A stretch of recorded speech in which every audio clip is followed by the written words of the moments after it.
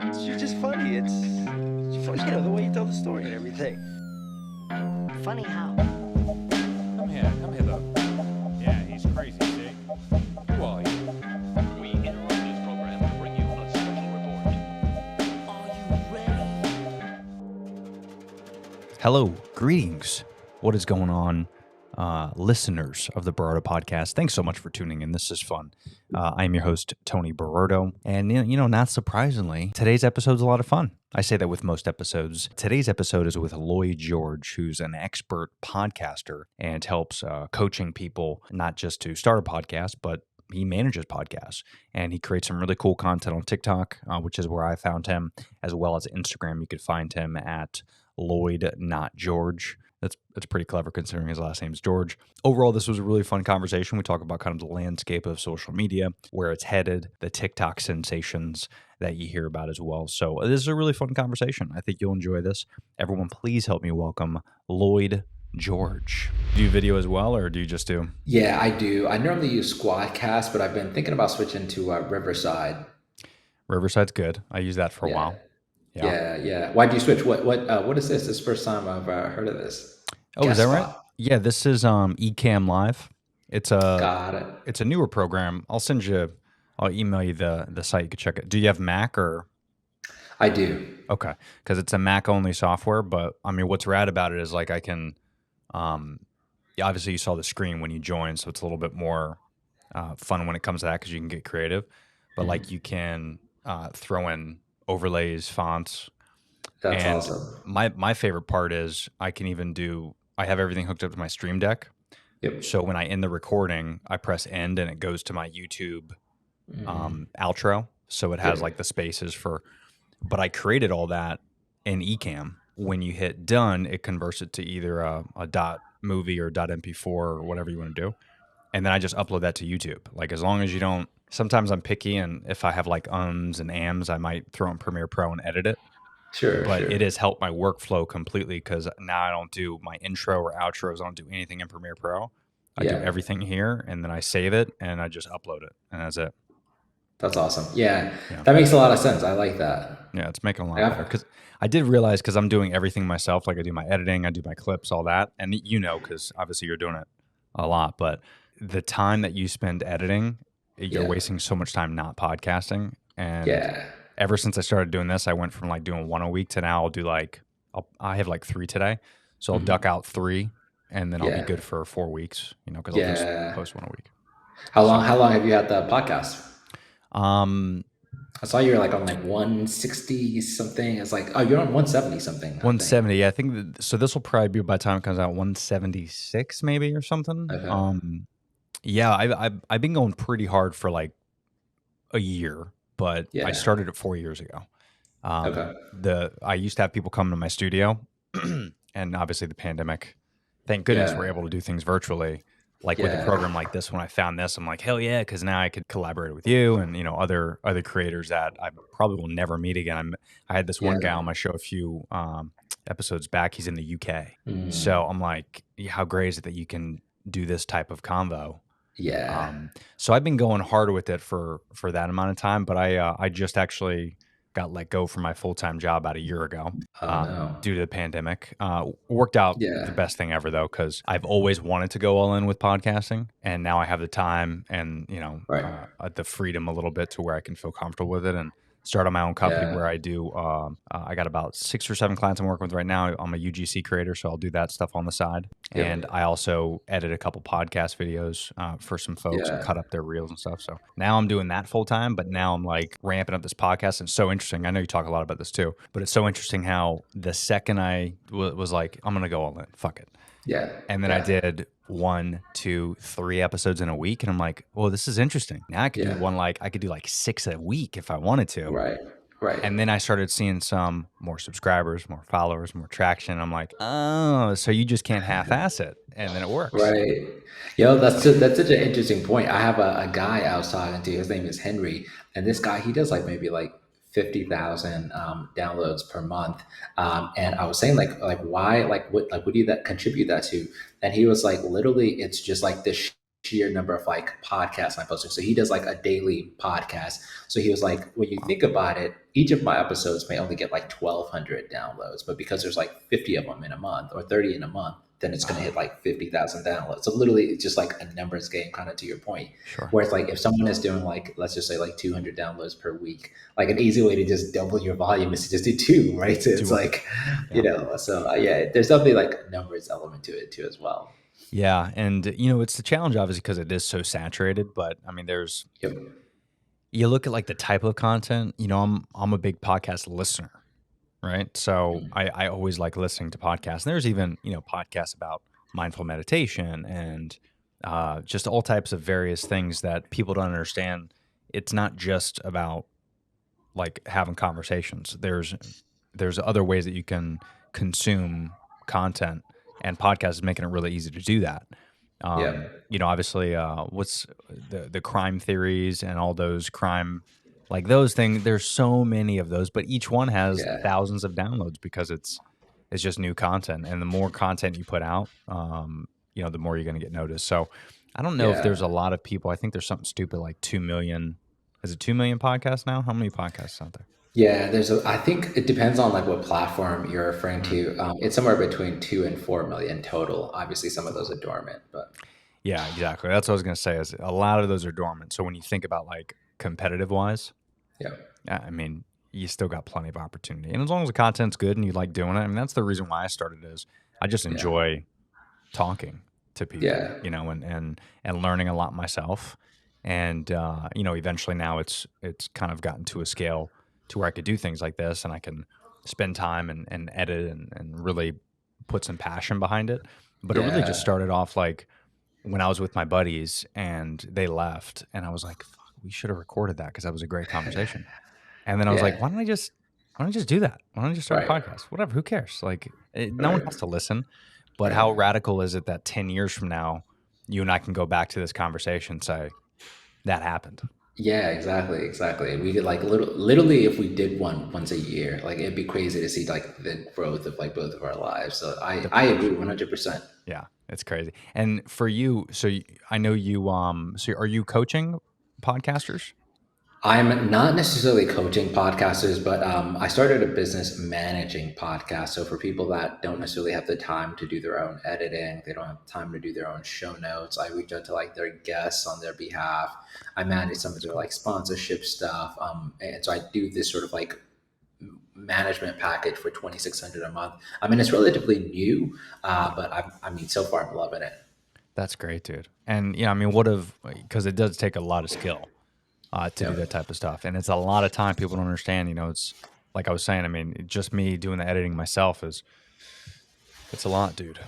Yeah, it's intense, man. I tell people it's like, yo, it's like kind of like SEO, right? Where it's like there aren't just like one thing. There's so many different factors that could like help you succeed. And the likelihood that people are going to be able to do all of those at a high level consistently for 3 years to see results is just like unlikely. And so for a lot of the people I help, it's like, hey, just put this on autopilot. I'll manage it for you. And maybe in 2 years, you'll be like, I'm glad Lloyd's been doing this at a high quality level.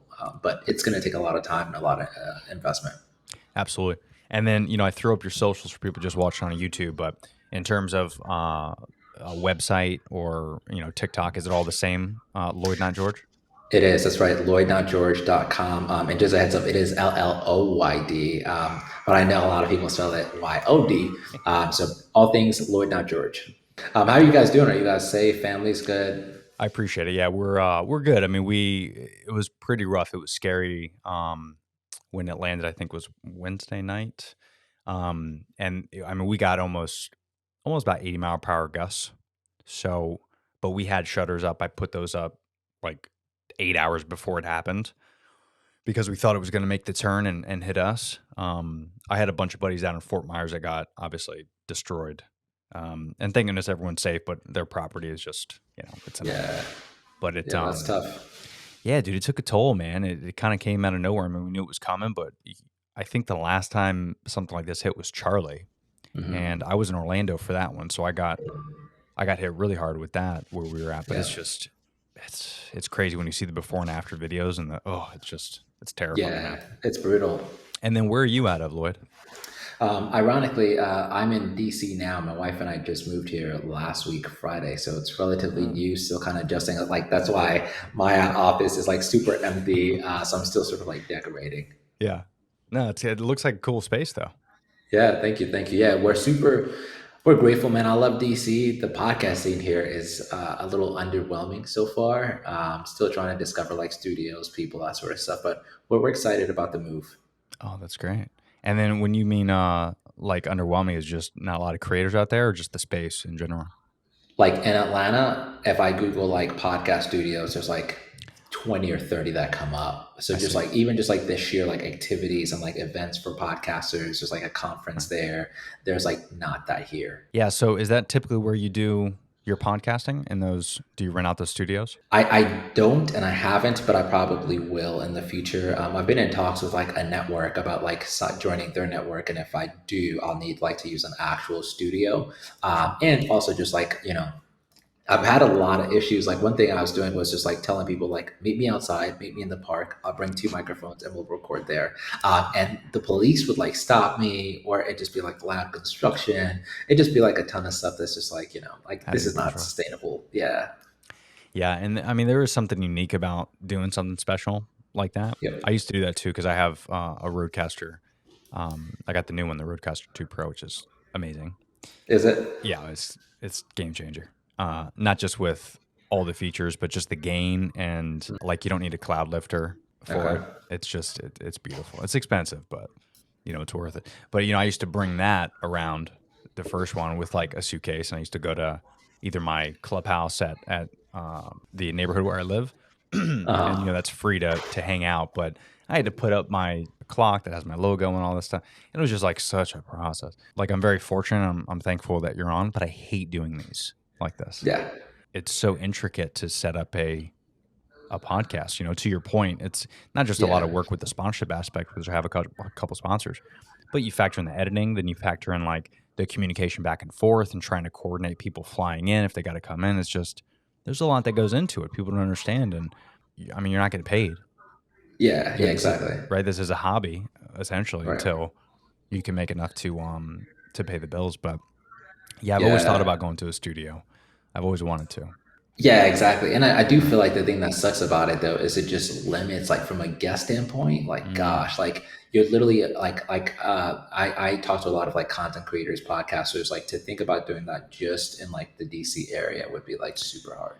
Yeah. And, again, you go back to sometimes like you use programs like Podcorn, which is great, where you can meet creators and they could sponsor your podcast. But also I've met a lot of other podcasts that have been on my show and vice versa, where I've been on theirs, and they're like, hey, you can fly me in. Here's my rates. And you have to pay them to essentially fly in. And you're just That's like, interesting. and I'm like, that's great from like a creator standpoint, because I love the idea if you have value to bring. But then also Yep. like if you're trying to host a podcast and that's the only way you can get guests, it's going to Yeah. become pretty pricey. Yeah, 100%. But I did actually, it's funny you say that with the studio, because there's not a lot in Florida either. And that's been one of my main goals since I started doing podcasting, because I used to Yeah. have, strangers come into my old house. And, obviously I'm married now, and I started a family. I'm not going to have a bunch of strangers coming in. Did think of this, and I'm going to put this on record now. So, patent pending, trademark pending.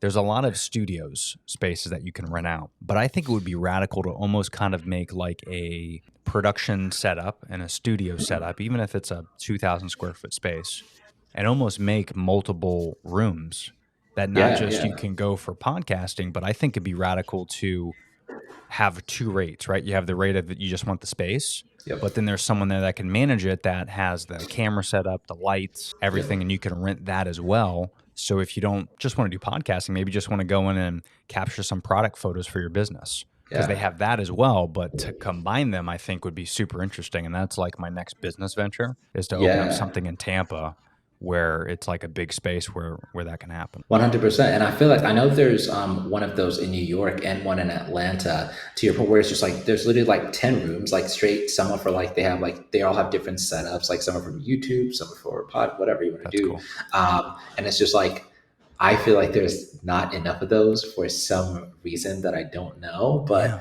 I think every city is starting to have content creators that like love that. Yeah, and I don't see it. I mean, I don't see it going anywhere. Yeah, You know, exactly, exactly. like especially with the TikTok sensation. I mean, I don't know about you, but there's like some of my buddies that are like in their 40s. I'm in my late 30s, but some of my buddies have kids that are like, 14, 13, Yeah. and they're like starting to do obviously aggressively more TikTok videos. But it's annoying if you're a parent and they're in the house. Like I could see down the road 15-year-old or 20-year-old, instead of going to the movies, like my parents used to drop me off at the movies or the mall, I could see kids getting dropped off at these studios and like spending a day creating content in these environments. Like I could Yeah, totally that see is that. such a dope idea. This is what I'm saying. I love that. And Yeah. it almost be like what actually reminded me of it, truth be told, is I watched our wedding video for our anniversary. We try to do it every year to keep, to remind ourselves, hey, we spent we spent a lot of money on this marriage. Let's not fuck it up. Let's watch this. Right. So, but I was watching this and we had like a studio set up with props, very similar to, I mean, I'm sure a lot of weddings do that, if not all of them. And you go there and you do these little videos and you do these boomerangs and you're wearing the funny glasses and you're wearing those stupid hats. And then I'm like, we did that. And it's some of the best pictures that we had at that wedding Right. because Right. the camera set up, the lights there, you got the props, and every single prop is different. So every photo is different. So it seemed Yeah. like it was 15 different rooms, but it was just one room with different backdrops. And different Yeah. and I'm like, hold on. So if I'm doing TikToks, and most of my TikToks are in my studio, how cool would it be if every single week I can go to a space and it could be different every time and I don't have to invest any Right. money into doing Right. it? If I was younger, that's what I would be doing. Instead of skateboarding around banks that are closed on the weekends, which is what I used to do, I would be like going to these studios to create content. That would be cool. 100%. I also think like teenagers, kids are gonna start making money sooner, earlier from like content than maybe we will. I feel like we're sort of like the first wave of people sort of like exploring this. But in the future, just like you see with sports and lots of other like industries, I just think people are going to start making money online at a younger age. And so it would not surprise me, honestly, if instead of like people getting like their first job at McDonald's or whatever, if they said like I create content or I have there's like a guy on TikTok, I forgot his name, Coach something, Coach Hayes, I don't know, but he's like a TikTok coach and the guy's in high school and he has like 2 accounts. He does really well on both accounts. And it's just like, that would not surprise me if that became more of a The trend. thing. Yeah, I mean, even I had people over. A couple of my neighbors. We did like this big celebration last couple of days because we survived the hurricane, and I have like a pizza oven out that I built a brick oven pizza, so it's like a legit Pompeii style pizza. So we're cooking pizza, we're having wine, we're hanging out, we're shooting the shit, and we're getting to know each other because we really didn't like know each other. It was just like, hey, what's up, Bill? Like that type of stuff. So they actually Yeah. came over. We had a good time and we shot the shit and had some liquid courage. So we're sharing stories and we're sharing all of our like past experiences and stuff like that. And they go, hey, Tony, what are you doing? I was like, I'm a podcaster and I'm a video editor. They're like, oh, that's awesome. That's great. And I'm like, dude, if I told someone that like 3 years ago, Yeah. like even 3 years ago, they'd think I was fucking nuts. Yeah. 100%. They're like, what are you doing? Are you guys okay? Like, do you need money? Right. Exactly. I agree, man. So I can't imagine 10 years from now, like what it's going to be, even like a video editor, that might even be like, I don't know, maybe that's like the job at Mickey D's now. If you tell someone you work at Mickey D's, they're looking at you Right. like, are you okay? Like, Yeah. but video editor, 10 years from now, they might even say, hey, dude, are you okay? You should be doing like the AR and the VR stuff. Like you shouldn't be Right. doing, like get out of the video editing business, bro. That doesn't exist anymore. Exactly. Yeah. No, 100%. It's going to be interesting to see what the future looks like, man. Yeah. Kind of scary. I know. Kind of scary. Did you see the new stuff that Zuckerberg's doing with Oculus and No, I have have not. you been keeping up with that? No. So he's got these obviously the metaverse is growing day by day, but he's launching this new software I think with the new Oculus. I want to say it's the end of this month, but it's essentially a way to read Face ID better when you're wearing. Oh, Have you wow. wore Oculus and VR and stuff? I have not. Insane. It's just speechless when you do that type of stuff because Okay. give yourself like 90 seconds and you think it's real. It's definitely not real, but it's almost like when the lights go off, like in your house, the lights Yeah. go off, it's completely pitch dark. it's dark, it's scary for about 10 seconds, and then your eyes adjust to it. That's kind of what it's like when you wear these goggles. You're like, oh, this is fake, this is stupid, and you're like, it's pretty wild. So now I need to check it out. you got to check it out. It's like worth buying if you're a nerd like I am. Just buy it. Don't even waste time with anything else. He's got this new one that it recognizes Face ID in the metaverse. So Wow. when you're wearing these goggles, it literally does everything from your facial features. Usually now it's like lagged. It's kind of Yeah. like that fake like anime style type of thing. But now if you sneeze, it'll pick up on all that. Wow. If you turn your eyes left and right, it'll pick up on that. So if you're doing Wow. these Zoom calls and things in the metaverse and you actually look to the left or you look down at your phone, it'll pick up on all that. Wow. And it is That's like, really dope. yeah. And dude, like we don't know anything about it either. Like I'm sure Right. Zuckerberg and these geeks they're hiding stuff from us, but it's so new.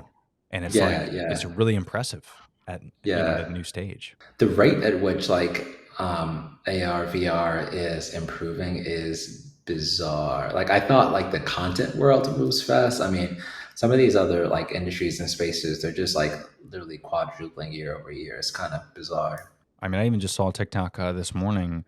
This guy who I love, I forget his name. I don't want to butcher it, but he's like a smart tech guru, and he has everything in his house is linked up with either Alexa or Google or whatever. So now he's vlogging all this, but he's getting in like a chip in his hand, and he's pre-programming it before it gets installed, and you could change it constantly. But now you Yeah. can use that as your key fob for your car. Wow. For Apple Pay, it's the same technology for that. Even like your lights, if you don't want to, if you don't Yeah. want to say the words, "Hey, turn on lights," you can just Right. walk up to your light switch and just do that, wave over it, and it turns Wow. on. It's like that alone, and we didn't even Yeah. know that was a thing, and then all of a sudden it just Exactly. popped up, and it's hard to keep up. Yeah. Yeah. There's a ton of crap out there that we don't, no idea yet. Do you listen to the podcast My First Million by any chance? Mm-mm. Okay. No. Oh, it's so good. It's basically like these two guys. It's under like the HubSpot podcast network. But it's amazing. Like they talk about a lot of different things, primarily like entrepreneurship and like business stuff. But they put out 2 episodes this past week surrounding just sort of like growing a podcast, and they go over like their numbers, their downloads, and how much revenue they make. And they talk about some other smaller podcasts too. But it's really, really, really good. I think it's a good indicator. It's a good opportunity to see like behind the curtains from like another podcast that's like doing really well. Oh, that's interesting. I made a note. I'm gonna check that out. Yeah, And yeah, it's awesome. And then is there any other podcasts that you listen to in particular that motivate you or that are something? Yeah, there's a podcast called it's called Colin and Samir, and it's 2 guys whose name is Colin and Samir. It's so good. Like they talk about all things like creator economy. They ironically just passed over like 1 million subscribers this past week. So yeah, they're crushing it. That's awesome. Yeah, there's so Yeah. many good ones out there. And are you more like YouTube or are you more podcast? Do you enjoy consuming the video aspect of it or audio? I'm more audio. I do have like I got YouTube Pro just for that reason, so that like I'll listen like YouTube videos on audio while I drive. Isn't that like fascinating? Like there's like a podcast, a little podcast version of something, and I'll still go to YouTube, search for the video, and just listen to that on audio. That is just like bizarre. Well, and I think that's why YouTube is now, that new update they shared where now they're starting to get more into podcasting. So, which is even more interesting because you look at like Spotify doing quite the contrast, right? Like they started off Yeah. with audio and now with like Joe Rogan and Dax Shepard and all these folks that are doing podcast video, Caller Daddy, that's another good one. Yep. So these are exclusive video form podcasts to Spotify. Yep. So now they're starting to do more video integrated into and now YouTube's the opposite. Now YouTube's doing Yeah. more audio. So, but I think YouTube's going to kick ass if they can get this right. And, Yep. I've said this before with a lot of other products like Amazon Prime, for example. Their streaming software is garbage. Their Yep. content's good, but the platform itself, which they're starting to fix, but Mhm. like Netflix is the GOAT. Right. Disney did a good job emulating it. Peacock TV did a good job, but find the GOAT and just copy what they do. Yeah, 100%. I think if YouTube could figure out a way where like a view, like if someone watches a video, that counts towards your podcast downloads, like your RSS downloads, I think Mm, it would be a wrap for every other platform because then like everyone would be incentivized to just say like this podcast is on YouTube. They wouldn't even say like watch it on all platforms. It would just be YouTube naturally. perfect on YouTube. And so I think YouTube knows that. And I think they've said that like they're working on that. They've just been saying that for the last 2 years. So I don't know. Yeah, we'll give them because of the pandemic. They're slowing down a little bit, but they better step it up and coach Yeah, going. yeah. Yeah, by So I don't 2023, I know. better get some good shit. But that's a great idea, especially you look at like from an SEO standpoint and Googling. Like if you could just search the Barada podcast and it shows up Yeah, on Google, and then YouTube is the first one that comes up, and then YouTube podcast is the second one, and then yeah, the website's the third. Like if you can figure that portion out, because that yep, is the hard thing that I'm realizing is I get a lot of people to consume my clips, my reels, my shorts, my talks, like all that. I get a lot of consumption there. But mhm, then to the analytics, which of course is very limited still, but the analytics to push them from TikTok or shorts to actually go and subscribe on Spotify or Apple or Google Podcasts is yeah, 0.0005%. Like it's not yeah. impressive at all. So that to me is the challenge. Are you seeing anything in terms of like what's the best thing to do to drive that? Because that's the challenge I'm finding is people love the reels and they'll listen to a short amount of the clips in the podcast, but they'll never go to my Yeah, downloads, Spotify and Apple from that. 100%. And I think that like I was chatting with like an exec at a large podcast network, and they were saying they're having trouble with that. So it's literally like I think everyone is trying to figure out how to do that. I think it's a known fact that like virality or views on social media do not always translate to downloads, and if they do, it's at a significantly smaller percentage. Mm, There's only one guy I know that has about 80,000 TikTok followers that says he can see a correlation. Like if one of his videos goes viral, that will directly impact that specific podcast episode. And a lot of people I see when they do like their social clips end up putting something at the end of the clip directly like calling out like go watch this on YouTube or go watch this on Apple, Spotify, mm, wherever. And so I think to your point, like I think the easy solve to this is like I'm watching your short on YouTube and I say, I love this short. And I can just click a button and it's going to take me to the full podcast episode within YouTube. Like that's going to be like the ideal sort of like solution. But I think we're a few years away from that. yeah, for sure. I mean, because the link in Instagram was a game changer for a lot of people, 100%. a lot of people, and especially with like podcasting. And if you're creating content, you could put like a little clip and then leave Hmm. that link at the end from Instagram, and someone could shoot right there. And I get a lot of Yep. views that way as well doing that. So something like that, to your point on Yeah. YouTube, I think would be epic. And I heard they're monetizing the shorts coming soon as Yeah, that's well. gonna be huge. Yeah. What's been like the best in your opinion, what have been like the three biggest things that have like helped your downloads, you feel like? In general, just overall. Hmm. Definitely shorts and reels, getting a little bit better with that. But it's a slow increase, but I'm definitely seeing some more subscribers on YouTube. So for me, the shorts were huge, not necessarily downloads as a whole, because I have noticed, like you mentioned, people go and watch the podcast on YouTube, Hmm. so they don't actually download on Apple or Spotify. So that to me is kind Yeah. of interesting to where I've gained a lot of subscribers from shorts, a lot, Yeah. probably more in the past 6 months than I have like in the 2 years that I've done it. Wow. So definitely shorts for sure. I would say the call to action at the end, and then I have noticed I've moved most of my ads for my sponsors to mid rolls Hmm. instead of pre rolls. Oh, interesting. Why? Like why? Well, I don't know if it's just being because of watch time or people are just used to it. Because sometimes I'll change it up, but I've noticed might have been like a year of me doing pre rolls, which I don't pre-record. I do it live. I'll do like hey, today's sponsor is Perfect Keto, and I'll do the whole thing in the Yep. beginning, and it'll be like 2 to 5 minutes along with the Mhm. intro. So like I introduced you before you hopped on, Yep. and I've noticed if I do less intro, less ads in the beginning, and just kind of casually bring it up in conversation, I get longer Yep. viewership, whether it's Apple, Spotify, Oh. and I get more downloads. So maybe that's because someone likes the episode and shares it.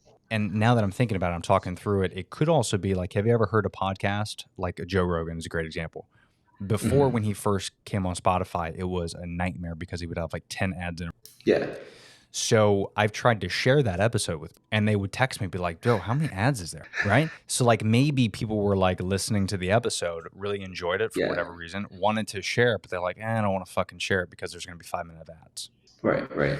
Like YouTube's interesting because YouTube, you can actually pick the time to share it. So I've Yeah. realized a lot of that if I could just switch it and put it to mid rolls or make the sponsorship or the intros into conversation, kind of like we did when we first started. That I think is Yeah. more appealing because it gets people more engaged in the That conversation. makes sense. Yeah, that makes sense. So like you're essentially just making sure like you have a stronger hook versus making like the ads be a significant portion of the hook. Yeah, that makes sense. Exactly. And again, it's hard to swallow that because like as a podcast, well, the sponsorships, that's how you're going to make money. And then I started realizing now I charge a lot less for the pre-rolls, but I charge a lot more for the mid-rolls. So I'll separate the rates when it comes to that. And then the post-rolls, I charge pretty much the same as pre-roll because that's, once someone knows it's the end, Right. boop, that's it. You're done. Yeah, no, that makes a lot of sense. So it's basically like the reels and shorts, and then also just sort of like Switching moving up the your ads. ads. Yeah. Oh, what's up, folks? Hey, sorry, I know it's an ad. Ads are annoying. I get it, but this is going to be worth it, especially if you're a content creator. I want to thank today's sponsor, Ecamm Live. So Ecamm Live is how I record all my podcasts. If you're watching on YouTube, all the transitions, the fonts, all that, you probably think I'm using like some crazy editing software on my Mac. No, it's just a simple streaming service called Ecamm Live where you can upload custom fonts, graphics, overlays, sound effects, and then of course all your equipment that you need. It's a big production studio all in one super easy to use platform. It's called Ecamm Live. Not only can you stream live on all platforms, but what I love about the interview mode, which is how I'm interviewing guests on this episode, is the interview mode. You just send out a link like you would with Zoom or anything else. And then when they come into the room, you can adjust their camera, effects. You can create a custom link that has your brand so it looks super professional. But the best part about this whole thing is when you get done recording it, it goes right to a folder of your choosing. And boom, it's already done. It's got all the overlays and fonts and everything that you need in it. So you don't really have to go to like Premiere Pro or Final Cut. You don't have to edit it afterwards. It just makes everything so much easier because my attitude is if I could spend less time editing and more time interviewing guests, because then I could really grow my podcast to where I want it to. So Ecamm Live, I'm going to leave a 14-day free trial. It's going to be in the episode notes. So if you want to try them out, it doesn't cost you anything. It's 14 days for free. Give it a shot. Download it on your computer and or your laptop. And you're good to go. So thanks, Ecamm Live creators. You're going to love this thing. Let's get back to the episode, shall we? Even the intros, too, because there's a lot of good podcasts that are out there now that I've realized intros are great and it's good to get to know somebody. But again, I've had a lot of people that mentioned, hey, I really like this podcast. And I never even did an intro for the guest. Because I asked them, like, oh, what kept you engaged? Like, I don't know. It seemed like I was a fly on the wall. It just seemed like it was a good conversation. And I think that's the best podcast. And, it's funny because you don't think about it, but Joe Rogan, the GOAT, I keep mentioning him, but he's the man. He doesn't do any intros. He just gets into it. But for whatever reason, there's a lot of podcasts out there that maybe think that we should change up the formula, maybe because you want to make more money but people read right through that now. Like people are very intelligent when it comes to content now. You can't put anything past them where it's like, they're skipping the ad. Come on, let's be honest. I skip the ad and I do ads. Like I get it. So. Yo, that's facts. And I think that we underestimate how little people need to be entertained and engaged. Like you could put out an episode that, like to your point, doesn't have an intro. It's not even like a great like guest. It's not like super dynamic per se, but just the mere fact that you're talking to me and people like you, they enjoy like hearing your conversations. Like that could be enough to like sustain someone. But as like podcasters, I feel like we feel the need to like overcomplicate it and like, over engineer it. But to your point, even like the podcast I listen to, like sometimes I'll just stop and I'll be like, why the heck am I listening to this? And to your point, like I like just feeling like a fly on the wall, even though it's not always the most interesting. I like the guests enough. I'm driving, so sure. Yeah. Oh, that's so interesting what you're saying there. And yeah, it is kind of wild because we don't understand the most popular television right now, still to the day, and probably will be for quite some time, is reality TV. People really enjoy, even though we know it's a little bit of fakeness to it. You know, Yeah. believe me, guys, the Kardashians do not live that way. Like there's a little fakeness to it. You know, but we watch it, right? It's one of the most watched Yeah. TV shows on the planet. And I think that is because we just love watching people, listening to people. And Right.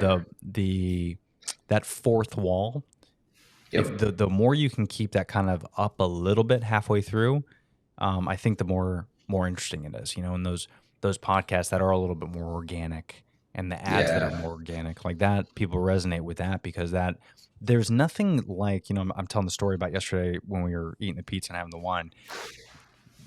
We took a few pictures. I dropped the ball because we didn't take a lot because I was wasted and full of food. But man, there was just something magical about 16 people just hanging out outside. Yeah. Just, you know, there's people like that type of stuff, man. And I Right. think especially when the pandemic happened, we were more disconnected than ever.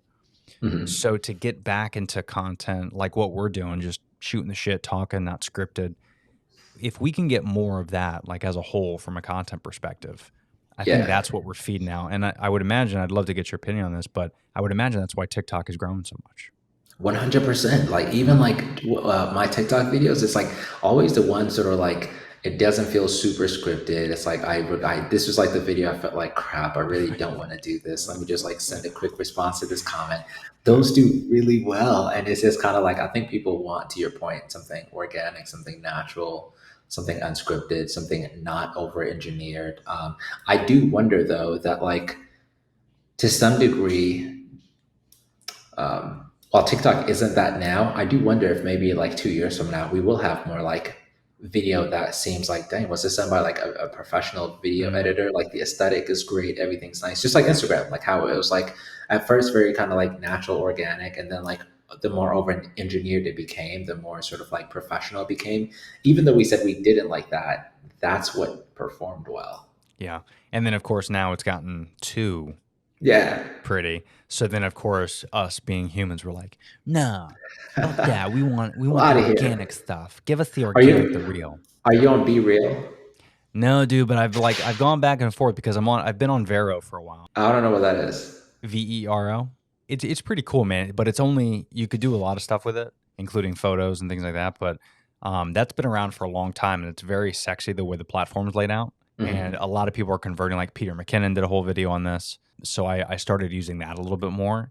And Yeah. I saw Be Real because I have a couple creator buddies that are on that. And then I'm like, oh, another one. I don't know if I can. But, Yeah, but tell me more it's- about it though. Okay. Yeah, I'm gonna be honest. I think right now it kind of sucks, honestly. The platform is great, the functionality is great, the feature is great. I just don't understand how you're supposed to use it just yet, and that's like my issue with it. And so with TikTok and Instagram, I felt like I was able to like get on there, connect with my friends at first, and then create content. With Be Real, I don't have any friends on there. I have like one guy. He's like the only person I know. Outside of that, I don't know anyone else. And so the like search functionality is a bit limited too. So it's like you can't just search like content creators per se. Yeah, that's kind of how Vero is. You can only see people in the feed that you follow, of course, Yeah. but then you can only post to people that follows you. Right. So like if I was to post a photo or a video and I only have like, I don't know, 15 followers on there or something. So that means I'm only going to get out to 15 people. Like there's no For You Yeah. page. There's no Yeah. community page. So that's the challenging thing. And that's why people always want to revert back to Instagram because of, Yeah. you know, the time and, you know, you spent 10 years developing that, right? And whatever Right. followers you have, like you want to be involved in that. But I also think there's a little bit of like cancel culture. Let's hurry up and let's say fuck you to Instagram because Kylie Jenner said it. You know, like there's a little bit of that. But then at the end of the Yeah. day, we always go on Instagram. Yeah, 100%. It's But I do think though that like when I think about like why, like let's just say like with Reels, like I love TikTok and I love Reels, right? But I find myself more on Reels than I do on TikTok, even though TikTok is like the platform I create primarily. And I think there's this idea that like my people, my friends, the people I know are over there. And so with Be Real, I do feel like it's probably perfect if you have a Rolodex of phone numbers and you want to know what those people are up to without any ads, without seeing any random people. So if you're like as a student in school or something and you just want to see pictures of your friends at that school, it's like perfect. And that's mainly what I see on my feed. I feel like it's like college kids, like high schoolers. It's still like I feel like very young in my It's too opinion. new. Yeah. Yeah, and so I feel like if I knew more people that like I actually knew in real life, and I was seeing like what my cousin in a different state is doing, my sister, I think that could be entertaining. You go back to like we're trying to find ways to connect more, and it's very exciting and everything that's happening Yep. with the new apps. And but then you also think like, how good is this that we have 7 apps, Yeah. like that you have to go back and forth on? Because I find myself a lot of the times where, I'll like post something on Instagram and then I leave it alone usually. Like I just posted a Yep. podcast that I had last week. So I'll occasionally like put up content every couple days, Yep. sometimes once a day, depending on what day of the week it is. And, I'll find myself not checking it, which is good. But then I'll go on TikTok. And of course, like Yep. TikTok, I'll scroll and I got the Yep. hour set to where it'll notify me. And I press Yeah. OK and ignore that shit and just keep scrolling. And then I'm like, I didn't post anything on Facebook today. Like I did my Right. automatic Instagram to Facebook. But I Yeah. also like to go on Facebook and do something organic that's different than, Yeah. right, just to keep my followers engaged. And I was Yep. like, oh, let me do that. And then I'm like, oh shit, let me go on LinkedIn. I forgot to post there. And Yeah. I've tried things like Hootsuite, which is a great program where you can post all in one spot. Yep. But again, I'm looking at like if any any creators that I follow that did that, I wouldn't Yep. follow them on all platforms because I'm like, oh, it's going to be the same content. Yeah, exactly. So I try to switch it up, but then I'm like, bro, and then Be Real and then Vero. It's like, Right. It's too much. it's way too much. Let me ask you this. Are you on Facebook? Are you doing pages or like what are you doing on Facebook? So for my podcast, I have a page. Yeah. Okay. Okay. It's got more followers than my Instagram. And then I have a personal one too. And I post a lot of I post a lot of podcast stuff on my personal Facebook, but then I have a Instagram for my podcast as well. Right. Right. So I do that. It's a lot of crap. It's a lot of dude. crap. Because, Yeah. I don't just talk about, I like to talk about the UGC stuff and my content creation business on my personal. But then I'm like, again, it's just like, I have to manage this. I have to go back and forth and like it. And by the way, I also own a company with my wife that we do on the Right. side. So I manage all that social media and the Instagram and Yeah. the TikTok for that. And it's just, but if you don't do it, you're not going to be as successful. That's the Exactly. challenge. Exactly. It literally just expands your reach. And I do feel like when you look at it from that perspective, it's a great opportunity. Like I think I was telling you that my wife and I started a business doing like podcast management. And so I put out this video saying, hey, we'll do your podcast management. If you're interested, let us know. We're going to take on 4 clients. And so in my mind, I'm thinking, okay, maybe 12 people will be like interested, and that way we'll be able to get our 4 people. Mhm. Dude, we got like 65 people saying like, I'm interested. And so it's just like, what other place could you go and get that many like qualified leads organically without paying for anything? Oh, that's interesting. And that was just on TikTok? Just on TikTok. And that's a whole other thing, because people have constantly said that like TikTok is the platform where people don't actually buy crap. You can't get real leads. You can't get real customers. You need to go to LinkedIn or Instagram. So I think like in the future, I think TikTok will become more of a bulletproof platform. Yeah. And more, again, I talked to a lot of buddies, these kids that I was saying about that are in their teens, and they don't search Google anymore. They have Right. they have iPhones. They don't pull up Safari, man. They go right to TikTok. And Yeah. I'm guilty of it too. Like if I want, just the other day, I needed some floodlights for my backyard. Yeah. And normally I would go straight to Amazon. Yep. But I follow a lot of creators that do these Amazon must-haves and these reviews. And so I go right to the search bar on TikTok and I'm like, floodlights. And I Right. type it up, and then the people I follow, they have all these reviews, and they're like, hey, don't buy this one because the solar panels, die after 6 months. Wow. And that type of shit you're not going to see on Amazon, because have you ever gone on Amazon, you look at something, it says Amazon choice, and you're like, oh, this must be the best one. But then you go down the reviews and it trashes them. Yeah. And you're like, I don't want to read all those reviews. But if you go to Right. TikTok, if you follow someone that has like 2 million followers and their only business is talking about products, Yeah. that's pretty trustworthy. 100%. Dude, not to mention, if you go on Google sometimes and you search for something, the first thing that often comes up is like a TikTok video about it. So it's like, either way, to your point, TikTok is going to be like the leader of search. Let's talk about this really quick. I saw that, so like TikTok expanded like the amount of characters you can now put in your description. And I think it went from like 300 words to 2,200 words. That's just like, that's literally like like a normal blog would be like 800 words. Right. Like to have something be like 2,200 is just like bizarre. That's insane. I didn't know Yeah. I didn't know it was that much. Do you ever Yeah. do you max out at that? Because that includes hashtags, I would assume, right? It does, it does. Right. And even when it was like 300, I still wasn't like maxing out. Like there's no way you could type that much on like, your cell phone.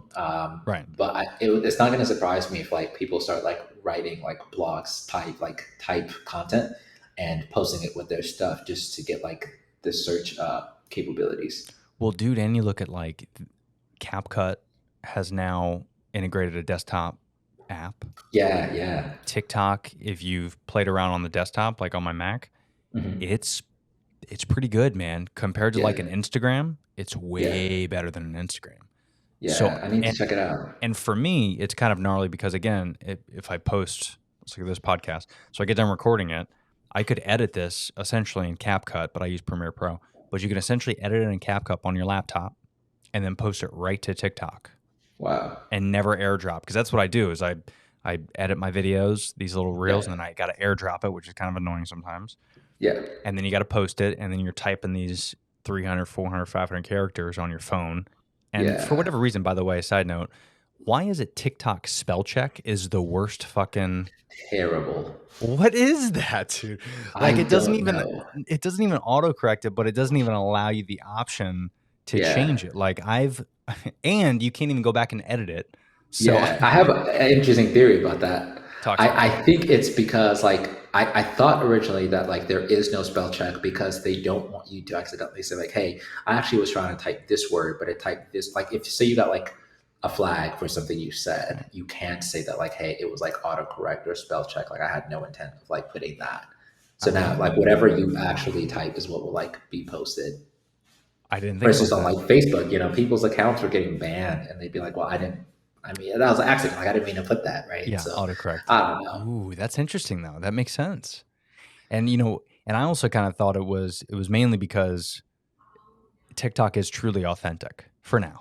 Yeah. And I That think if you type something, yeah, that's a good point. I think it's kind of like it's whether it was like a nod intentionally or it just so happened to be like that. Because when you post something, like I don't know if you've posted things that you've messed up the spelling on, but I would never go back and redo it because it's got the watermark, so you'd have to Right. repost it with the watermark unless you use like Snaptick or something like that. But Yeah. it's so funny where I've just let things ride that Yeah. are misspelled and stupid hashtag, and they still get a good amount of views. And I'm Yeah. like, did people read the descriptions? Like, should I even, dude? Yeah. But it's like 100%. it's a matter of overthinking, and I think like TikTok is the definition of not overthinking content Yeah. and just Yes. posting what you want. It's so Dude, big time. And I love that. And I felt like that's why like they were succeeding. But let me ask you this. I this week more than any other week, I legit it was maybe the first time I felt like, oh crap, like I could legit see TikTok not being that platform anymore, especially with like the rate at which like if YouTube comes out with this 50% rev split like they're saying they are going to in 2023, it would not surprise me if a lot of like creators left TikTok and made YouTube their primary and reposted onto TikTok. And if that happens, like then obviously I think consumption will follow that. Like nobody's going to see it on like TikTok if like organic platform is like going to YouTube first. But I mean, what do you think about that? I mean, I think eventually, whether it's a year from now, 2 years from now, 10 years from now, I think eventually TikTok is going to get absorbed by Google. That's what I think. That's interesting. I think it's going to get to the point to where it's going to be so impactful on our culture. And what I even like that's even more interesting about it is you see what's going on with China with TikTok. It's a totally different beast, totally different company. And then Google is not allowed to be in China. Google acquiring TikTok here in America would essentially give them a huge leg up from a creator aspect. Yeah. Because again, like you said, I mean, people are Googling stuff and a TikTok's popping up. It wasn't like that originally when TikTok came out. Do you remember? Where we purposely leave TikTok out of the conversation. But I think they want to like gather some data maybe for a year or 2 years and really see the impact on this. Because look at what Zuckerberg did with Instagram. Yep. It wouldn't surprise me if they got it because I would do the exact same thing. The way you can monetize and make money off YouTube and Google versus what TikTok is doing. And TikTok is just bending over the creators and showing them 50 states. Like it is not good. Yeah. That's a good point. So I could see it happening to where as a creator, that's what I would do is I would start doing more things on short if I know I can make some money. And then I might even ignore TikTok at that point because when you're a creator, like you said, the big thing is two things, right? Getting your reach and Yep. monetization. Right. That's all that matters. If you really want to grow, you got to get a reach and you got to make money. These are just two things that are a fact. And then there's a lot of creators out there on TikTok that are putting out a shit ton of content, but they're not making a lot of money because the TikTok economy is just not where it needs to be. Yeah. No, that makes sense. Same thing with the Reels too. Reels is garbage. Instagram itself, you just can't make any money off that. But YouTube has always stayed really strong with that. So Yeah. I don't know. It's interesting, man. I think creators would give up like not making a lot of money if they felt like the reach was guaranteed. Like if you felt like on Instagram you weren't going to make that much money, but for sure your crap was going to get out just like it does on TikTok. Sure. I think people would love that. Yeah, I couldn't agree more. Because that's the big challenge for me that I see with a podcast is I spend a lot of time and energy making things look really, really good and posting it on Reels, and it just doesn't get the traction. And I'm like, I don't even want money. Like I don't even, I want the reach because I know if people consume the content and like it, if I can convert 1% of people a month to go download 1 to 5 episodes a month of my podcast. Because that to me is the big thing is the end game is always the podcast. So if I can get you to the podcast, then you're going to hear my sponsors, then you're going to hear my guests. So like yourself, that's the sexy thing to me about a podcast is if I have you on the show and vice versa, or if I have anybody on the show, and then if you have some really good content to share, but you get one client out of being on my podcast and you text me like 6 months later, yo, bro, I just made fucking $5,000 off this I'm going to be like, fuck yeah, dude, that's awesome. And I've even had people that have reached out to me and said, hey, man, I made X amount of dollars off this client. Do you want some residuals? I'm like, no, bro, that's not why I do the podcast. I do the podcast to fucking because when I started my podcast, I had my other buddies that put me on their show and that helped my subscribers. And it's just all, as you know, the creator community is, we got to look out for each other. And that's the important thing about it. Yeah. I love that. And I agree. But like, speaking of that, like what is your goal with the podcast? Like, what are you hoping happens? Do you see yourself with the network? Are you hoping to, what's like your preference? I mean, right now, dude, like my passion project is what I told you about, creating like a space for creators. And that way you can go and almost like an Airbnb for creators is kind of my vision. And I mainly want to do that twofold is to have my own studio for my personal podcast where I can bring people in, do multiple podcasts in a studio, have my equipment set up because it's going to help my quality of life as well because I'm using my office as my studio and my wife knows like 6 hours a weekend. She can't interrupt me. So quality of life for me would be great because then I would just show up to work in the studio, do my podcast with my guests and be able to introduce and talk to people face to face because that's just the one thing I really want to do is get to a space to where I can have a studio and interact with people face to face because this is great. It'd be cool to see in person, but I hate this type of virtual stuff because there's no, I don't know, man, it's just different. I mean, like it doesn't feel the same. Yeah, like, you're interrupting me, I'm interrupting you, not on purpose. It's just because of the lag and the delay. And it's just, and I got 2 monitors, so I'm looking at you here, but my camera's here.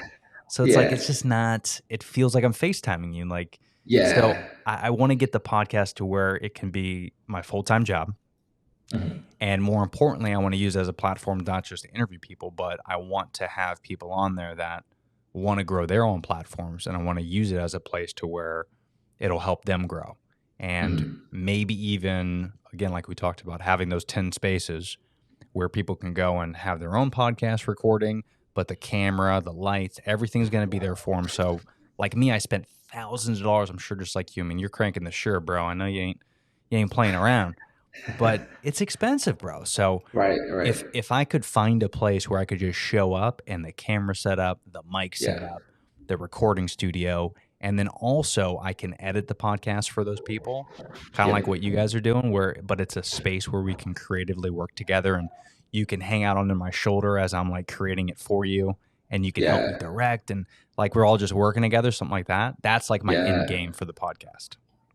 That's really dope, man. And I was just telling my wife the same thing. Like we in our new building, there's a WeWork upstairs or downstairs somewhere, and so we were thinking like, man, I might just like make one of those rooms like a podcast studio. At the very least, like I would record it. Like I would do 4 episodes like a month, right? And then my wife has a podcast; she'd do 4, right? So just right there, like we'd like make we'd save our money. So it's like, and then having clients come there and film, that could be.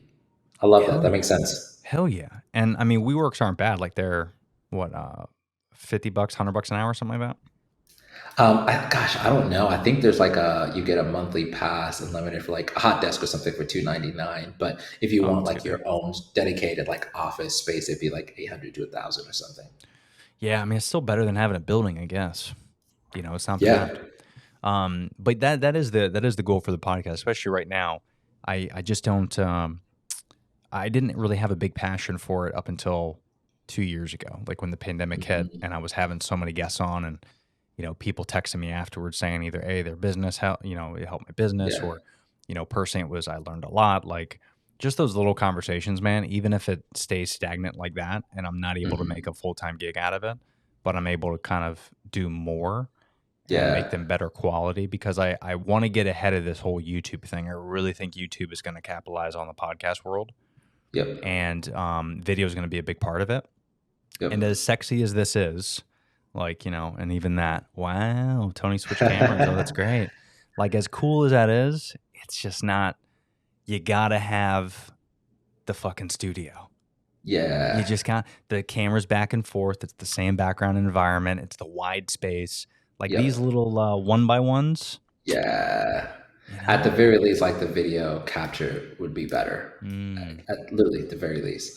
Yeah, that makes a lot of sense. That's exciting, man. I think you're like well on your way. I'm super excited to be on this journey with you, and I'm looking forward to keeping in touch. But to your point, I love podcasting, and I think we're going to see a lot more full-time podcasters over the next few years. I hope so, man. It's such a beautiful art form. Like Yeah. I've learned so much from podcasting, and just hosting a podcast. Last thing before I let you go, I mean, because I've learned so much just hosting.